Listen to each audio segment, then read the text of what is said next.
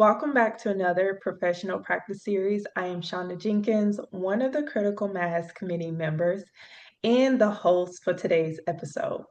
This episode focuses on practitioner readiness, not just skill, but emotional, nervous system, and ethical preparedness when working with religious trauma and deconstruction. For many clients, religion was not just belief, but community, identity, structure, and safety. So when that framework begins to dissolve, it can create grief, fear, confusion, and a deep sense of untethering. The conversation explores how practitioners assess their own capacity, recognize when a client experience extends beyond their scope, and avoid rushing their clients toward meaning, clarity, or spiritual resolution. This episode highlights the importance of humility, pacing, and collaboration in moments where clients are learning how to exist without familiar structures. When someone begins to deconstruct their faith, they're often not just questioning beliefs, they're navigating the loss of identity, community, and certainty. This kind of transition can leave people feeling untethered, emotionally raw, and unsure who they are without the structure they once relied on. So today's conversation is centered on practitioner readiness, not as a checklist, but as an embodied awareness of our own capacity, limits, and responsibility. So holding this kind of work requires humility, pacing, and a willingness to sit with uncertainty alongside our clients. So without rushing them toward answers or resolutions. Joining me in this conversation is Heather Zimmerman. Heather Zimmerman is the founder of a Divine Ascension Co., where she bridges the gap between behavior psychology and spiritual practices to help people navigate their awakening journey. With a bachelor in psychology from Penn State and a master's in applied behavior analyst from National University, Heather brings over 20 years of experience leading teams across behavior health, hospitality, and service industries, including working with individuals with intellectual and developmental disabilities. And this is where people exactly, and this is meeting people exactly where they are. Isn't optional, it's the foundation. So Heather is also a shamanic energy healer, a channel, a Akashic record reader, an inner child specialist. She combines her clinical training with intuitive abilities to offer a grounded, whole person approach to healing and transformation. Her work centers on impacts in highly sensitive people who are experiencing spiritual awakening and need real guidance. Not surface level spirituality, but deep, embodied, practical integration.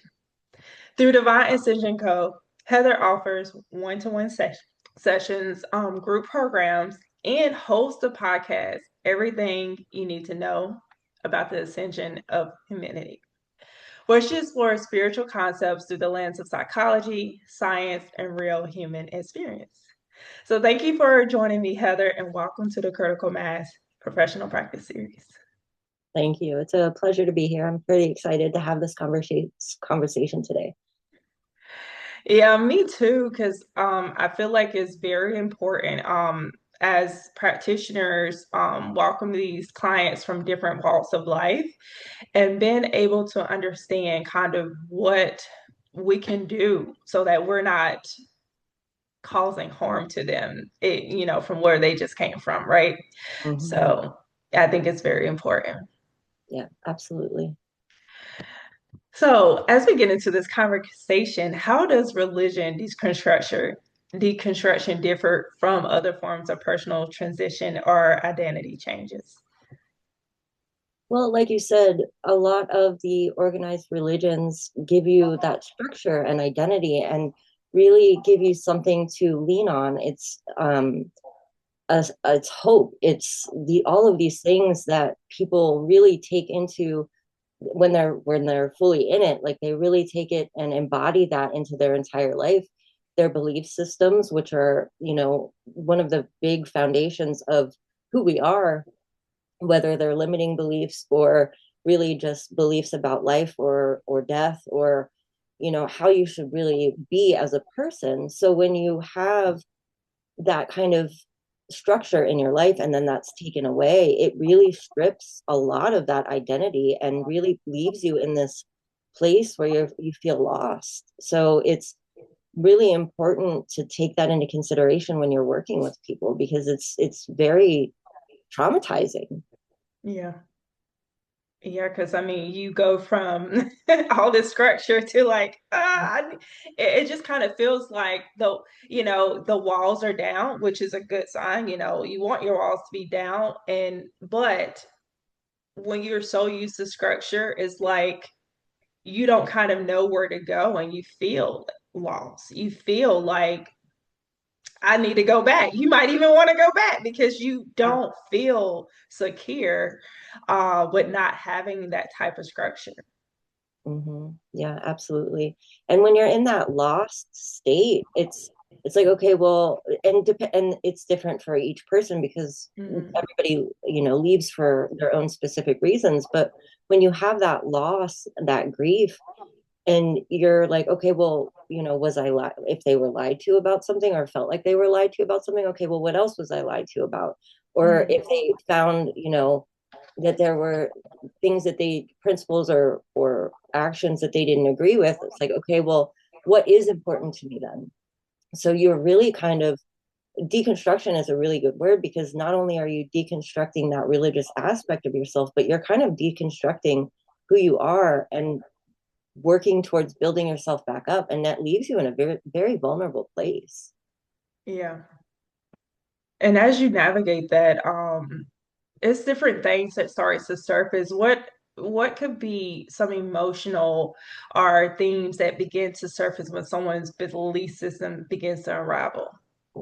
Well, I mean, you have that grief and that loss. It's just like losing a part of yourself and losing, um that whole structure and belief system. So it's, you go through the whole range of emotions, just like you do for anything that you're healing. So you go through, grief, loss, and then you're angry probably. So there's a whole wide range of emotions that you go through, just like anything else. It's just at a very deep level, just like losing a loved one, or like I said, losing a part of yourself. So there's a whole range of emotions that you go through that you have to really work through one at a time, because they can be very strong. So it Yeah. just depends on the person. And the reason why they left is important too, because that kind of helps you navigate the way to work through that. So it's going to be different for every person, but yeah, there's a whole wide range of emotions, and they're all valid. Yeah, they are. I mean, because I mean, everybody is different. So they're going to come to us with different reasons from why they left. And they're going to experience those emotions differently. Even if it's grief in those different stages that they experience, they're going to experience grief differently. They're going Hmm. to experience the loss just differently. They're going to experience the anger because they might have dealt with different things that another person didn't deal with. And so understanding the different emotional states that a person might be in is key as practitioners. Hmm. Absolutely. And just being that safe space, this is, I talk about this often as a healer, like you have to hold that safe space for them to come and let those emotions out and vent and talk about the things. Because if you don't and they just bottle it up, like you're not really getting anywhere. So being non-judgmental and really just giving them that place where they can feel safe to talk about these emotions and help them work through it, and offer perspective shifts for their mindset, and really show them that there still is hope. You just have to kind of figure out what that looks like for you. Yeah.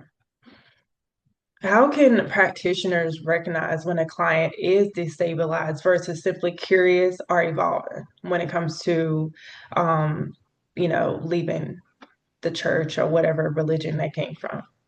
I found from personal experience that typically when people leave that religious background, they're going to let you know. There's usually a reason, there's usually a pretty profound reason for someone to leave that structure or that belief system. So there usually isn't any question. It's just a matter of really listening and reading between the lines and figuring out what the root problem or cause was for them to be like, okay, I've spent my whole life in this church or that, doctrination or that, religious structure. So really listening to them and figuring out what that reason is. I mean, they're gonna talk about it, most likely. Sometimes when there's like sexual abuse or trauma, which Mhm. happens quite often, there's a little bit more apprehension. So again, it's all about having that safe space for them to really feel comfortable enough to talk about that. But even when that is the case, they'll skirt around it and you'll know that maybe not the details, which aren't exactly the important part of it. You don't need to relive the experience, but you'll be able to tell, just by listening and body language to really figure out what the problem is and why they left, because that's again the most important part to kind of figure out before you start the healing journey, because getting to the root cause of the problem, the root of why they're going through these emotions is the most important part of that. Yeah. And as they going through those emotions, as practitioners, what kind of internal readiness can we do to prepare ourselves for someone who is struggling with uncertainty, grief, and not knowing kind of what to do next because they have lost this type of structure they were used to, and again working through all of those emotions that they are experiencing from leaving. Well, like I said, it's just like any other part of the healing journey. You approach each emotion as they come up. This is what I like to do, even for myself when I do healing. And this is kind of how I structure my inner child healing. Even you really sit with that emotion, you sit there and you acknowledge it and you're like, okay, thank you for showing up. You're obviously telling me something important, whether it's something that needs to be healed or something that needs attention, like anger. Okay, you've brought something to my attention that is important to me, or else why else would I be angry? So really getting to sit with those emotions and figuring out why they're there, what they're trying to teach you, and working through that, and then releasing it and not letting it become part of your identity, and being able to feel it and not be shameful about it, not question it, and really have that compassionate understanding for yourself and for the client, um, to work through that and really feel it and figure out what it's trying to teach you. And then you work through that and then you move on to the next. So it's really, everybody heals differently, everybody feels the emotions differently in different orders and for different reasons. So really just kind of having that safe space for them to work through that and offering those, mindset shifts and be like, okay, well, I recognize that you're angry and you have every right to be, those emotions are valid, but what Mhm. is it trying to teach you? What is it showing you that's important? Why are you angry? So working through it from all angles is really important, because not only will it help you through this, but now I'm also offering tools for you for if the anger comes up again in a different situation, you'll be able to know how to handle that. And it really comes down to becoming a master of your emotions. So when you work through things, whether it's this or something else, you really know how to sit with that and release it and just work through it all. Yeah. I love how you said you become a master of your emotions. And then also just looking at it from all angles because sometimes, as clients are going through the different things, they're not able to look at it from different angles. They can only see, all right, this happened, I'm angry, and they're not even understanding and getting to the root cause of the anger. And the root cause of anger could be something else, or it Yeah. can be the same thing that they think it is. But having them be able to look at what the emotion is when it's activating, and also what is it teaching us in that moment, because our Mhm. emotions will become masters of our emotions. We can actually navigate stuff outside of the experience that we had from leaving the religious structures and just different things that conspire from that. So no, I love that you're having them be able to look at it from different Mhm. angles.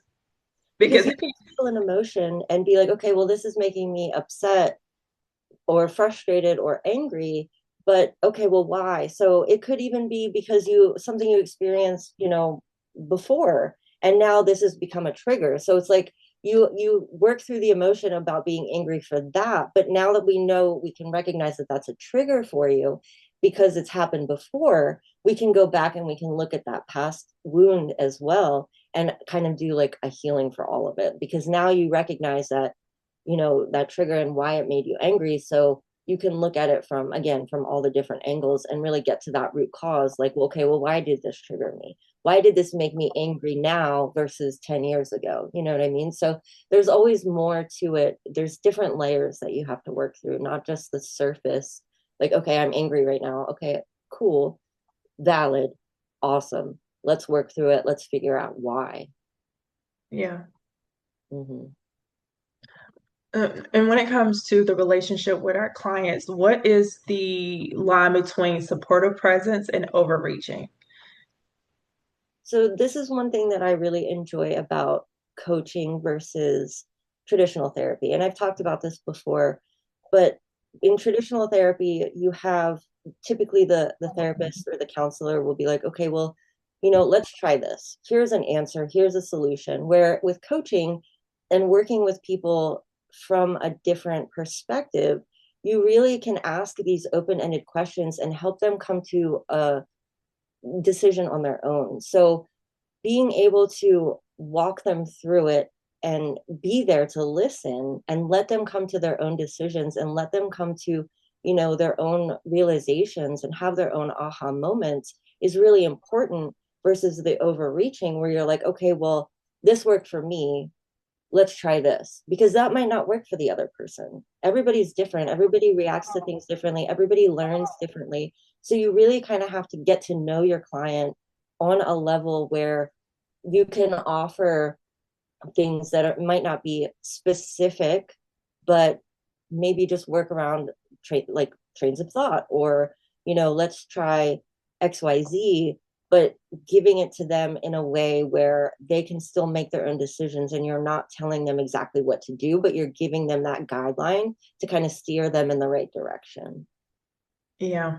So it's really empowering them to be able to make their own decisions is what I'm picking up from this is because when we're just telling them what to do, it could potentially not be helping them. And they might go out and take what you told them, Mm-hmm. but it might not work out or it might they're coming back in your office for the same thing Mm-hmm. because it looks different, but it's the Yeah. same thing that triggered them, but it's looking different. Mm-hmm. And so I think it is very important to have our clients kind of work through the decision. And as we're there with them, right? We're here as they Mm-hmm. work through and have those aha moments. Yeah, absolutely. And nobody likes being told what to do. That's the thing. No. Like, no.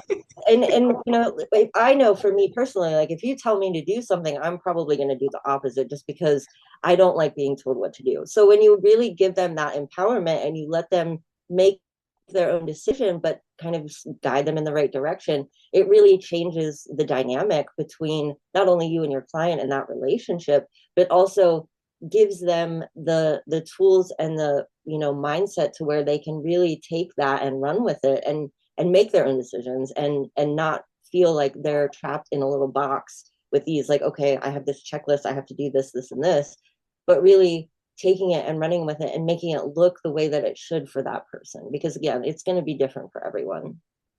Yeah. And I feel like clients come to us expecting us to have all the answers to their problems, which, they look at us as the experts and the person who's going to probably help them with fix their life. But understanding how can we, I know we talked about them making their decisions, but how do we continue to create their reassurance so that they know they have the answers or they know kind of what direction to go for within themselves? Well, that's going to be different for every coach or healer that you go see. For me personally, like I've been through the ringer in my lifetime. I've been through so much. I've been through trauma. I've been through sexual abuse. I've been through coming out of the closet. I've been through, you know, so many things in my life. So I really take pride in the fact that I can relate to people and be like, I understand where you're coming from. And like I'm a firm believer in the fact that we choose our lives, the lessons we go through before we get here. And I've been incarnated on earth almost 1,000 times. And each time I have been through so much trauma because it makes me a better healer. So the fact that I can empathize and truly understand where you're coming from, 9 times out of 10 really makes a difference, because now I can share my personal experience and we can have, I don't want to call it trauma bonding because this is Mhm. different than that. This is, a true empathetic situation where I'm like, okay, let me share my experience so that I can open that doorway for you to feel comfortable, maybe so you can share your experience, because I understand what you're going through. I know what this feels like. And, let's work through it together, So it's going to look different with every healer, every client, relationship. But for me, I think having that extra, comfort level, and that, being able to share my story, it has been helpful and makes people feel comfortable to talk about their own things. Yeah. And I feel like people connect to you more when they're able to see that you understand them. From sharing your story allows them to see, okay, well, I feel safe here. I can share what I have been through, because we often think that we did been through the worst. And so when we're coming to these spaces where we're interacting with practitioners, we think like, oh, they're gonna judge us. They're gonna, look at me as, look at me a certain way when I start sharing my story. And so I do think it's important for our clients to know like about our background. Like we don't have to trauma bond over it, like you said. This is not about that. It's more so like I'm here and I understand you because I've been there. And the fact that like a lot of people put their therapist, their healer, their coach on this pedestal, well, let me show you that I'm human too. Like I've been through stuff. We've all been through stuff. Everybody's going through something. We all have our stories, our experiences, and our personal journeys, and they all look very different. But you're not, there's no shame in the things that you've experienced, and the fact that we can relate on that level is important.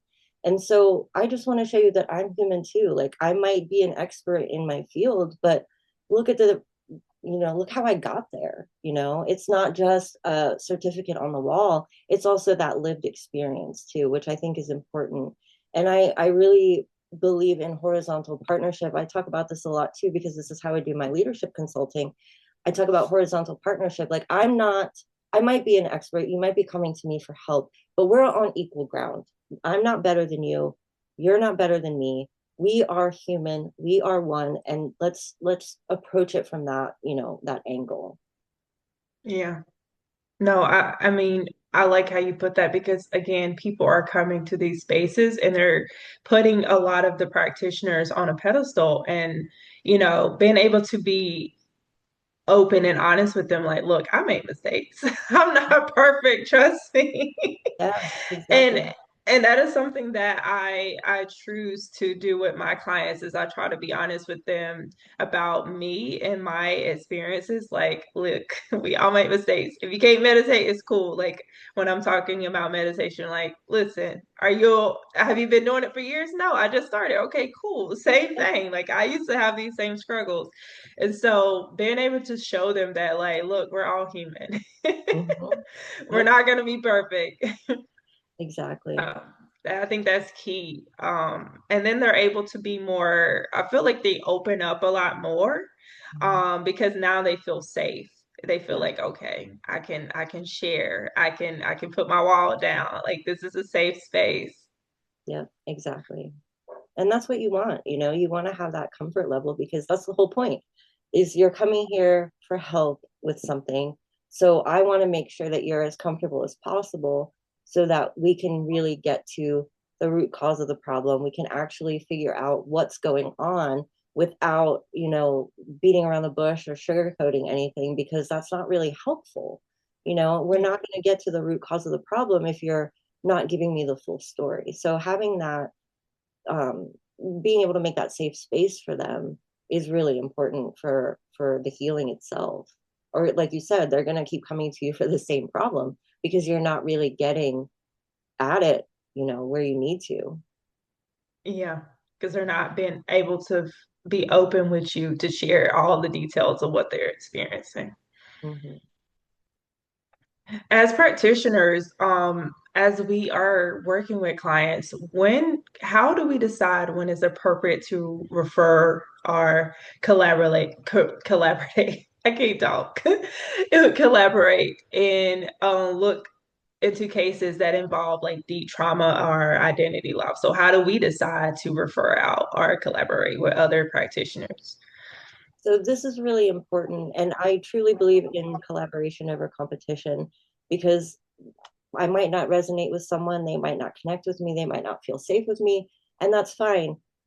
Being really self-aware as a practitioner, as a healer, as a coach, whatever the case may be, and knowing what your area of expertise is, where your experience is, where you feel comfortable helping people is really important. Because if you're like, okay, you're going through something that I'm not comfortable with talking about, or I don't have experience with this, is, when you would want to refer off to someone like, okay, well, I know someone who can help you, and really approaching it from a place of loving compassion and understanding instead of just being like, sorry, I can't help you. Like, here, like, get out of get out of the office. I can't help you.